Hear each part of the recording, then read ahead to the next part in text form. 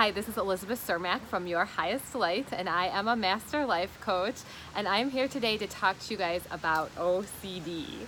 And I kind of laugh when I say it, and I don't mean to laugh at OCD at all, but I'm not necessarily talking about the clinical OCD, but it might be the clinical OCD. I believe, my husband and I both believe, everybody has OCD in some sort of way. So this might be something that we just can't let go of, that we just, some kind of weird thing that we might do, thing that we might do to make ourselves feel better. And so we all kind of fall into the OCD category. One of my jobs, I help a lot of my clients might have some everyday anxiety and depression that's just normal, like what is part of the human experience. And I help my clients burst through that anxiety and depression and come out with confidence and live a better life, live a more beautiful life. So the reason why I wanted to talk about OCD is that my husband and I both struggle with OCD in our own way. Mine used to be way worse than it is. I used to wake up almost every morning with this odd guilt. And it was just this is something very common for women. I think there was a study that I think women feel guilty. I forget what it was, but at least once a day, almost every woman feels guilty for something. You feel guilty if you sleep. You feel guilty for doing things to take care of yourself. So I used to wake up with this odd sense of guilt. And it really kind of went with what was going on in my life at the time, but I had nothing to feel guilty about. Yet I would wake up with this horrible anxiety and guilt. So that doesn't happen to me as much anymore because of the tools that I'm going to give to you guys, but also, so that doesn't happen to me anymore because of the tools that I am going to give to you guys, that I do give to you guys, that I have learned throughout the years. But the weird thing, and why I wanted to talk about this today, was that I woke up with a little bit of OCD today. And so I want to talk to you about how I handle it now when it happens and how it just does not last like it used to. So I woke up with a little bit of OCD, and I'm a little bit stumbling because I can't necessarily, it's kind of confidential about somebody else. So I can't necessarily divulge what it exactly was about, but I woke up with a little bit of OCD. And the worst part of it is if we're worried about something, so I call it OCD, it means I was worried about something. And if we're worried about something and it's interfering with our lives, meaning like maybe we don't want to get up and do what we were supposed to do, like maybe we can't really function very well because we're thinking about this. My husband and I were going to get up and I've gotten my husband to go to an aerobics class with me on Saturday mornings. And we were going to do that, but we're kind of late for the class and we were driving there, and I was like, maybe we should go for a walk out on the nature trail. And my husband's like, that's a great idea. And I'm like, well, I've got something I want to talk to you about, and maybe we can talk about it. And so he's like, yeah, we'll talk about it there. So I wanted to talk to him about this problem that I was having. Now, so the first step I want to talk about when you have this OCD, or when you're worried about something that's coming and that you can't quite get out of your head, for me, a lot of times I'll start obsessing over something that I know is stupid, that I know that I don't need to be obsessing about. Today, though, it wasn't necessarily, I knew that it didn't deserve what I was giving it. It didn't deserve the extent of worry that I was giving it. I didn't think it was necessarily stupid. Sometimes, we worry about stuff that we just know doesn't matter, and we have a hard time getting out of that energy of worry. Today it was more like, okay, it's kind of important, and I need to talk to somebody about it. So the first step, if you're having something that you're worried about, that you're feeling a little bit OCD, like it's bothering you and you can't get rid of it, talk to somebody about it.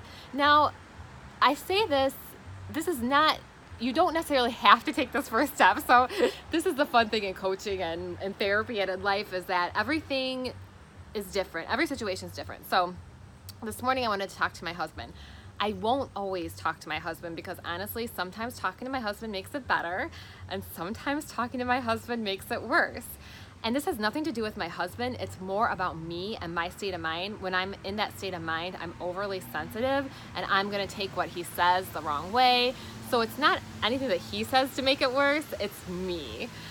So I take responsibility for that. But today I was able to talk through it and make it better. So sometimes you can talk through it with somebody, decide what you're going to do, and make it better. So the first step is really talk about it with somebody, or coach yourself through it. Talk about it with yourself. So pretend like you're your friend, pretend like you're a client of yours. What would you tell that person to do? So that's the first step. If you can talk about it with somebody that you trust, go ahead and do that, or talk about it with yourself, coach yourself through it. Then the second step is decide, what are you going to do about it? Okay, make the decision. We have to make decisions in life, and we have to move forward. With me, I had to decide what I was going to do, and honestly, I had already decided before I talked to my husband. I had already made the decision. I already knew what I was going to do, but what happened was I was getting these what ifs. What if what if I don't get any more clients because of this? I knew those what ifs were ridiculous. What if I, just ruin everything because of this? Those what ifs, that's what we have to get rid of, is the what ifs. So first step, talk to somebody or yourself about it. Second step, decide what to do. Have faith. Ask your intuition. Have faith that you're going to make the right decision.